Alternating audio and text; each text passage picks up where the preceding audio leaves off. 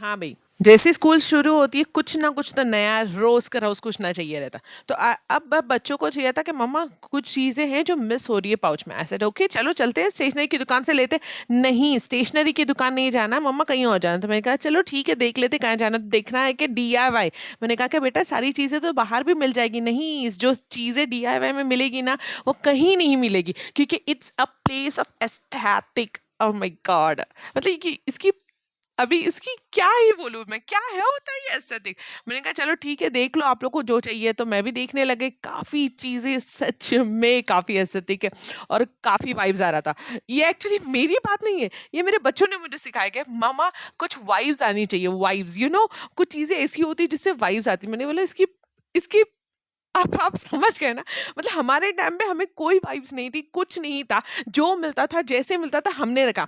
बेटियों को चाहिए था ये सीज़र जो आप देख रहे हो ना, ये सीज़र चाहिए था और एक स्टेपलर चाहिए था। क्यों? क्योंकि इससे एक वाइब्स आती है। पूरा पाउच कंप्लीट होता है। ये 2 चीज़ थी जो नहीं थी। मैंने कहा कि इतनी सी चीज़ों के लिए तुम लोगों ने कहा कि मुझे कुछ चाहिए था स्कूल के लिए। सीरियसली मतलब ये जैसे-वैसे तो लिया मतलब मेरा दिल कह रहा था कि ये नहीं क्या ही बोलूँ? हमारे टाइम पे हमने कभी नहीं किया। ख़ैर जैसे-वैसे करके ले तो लिया और पैसे भी पे कर दिए और सच में इतनी महँगी थी। बट रियली इसे देखकर क यहाँ की चीज़ें देखकर कसम से मुझे भी वाइब्स आने लग गई। फिर जैसे-वैसे ये क्यूट चीज़ें देखा फरसल उसके बाद तो बस पेमेंट कर लिया और आगे निकल गए।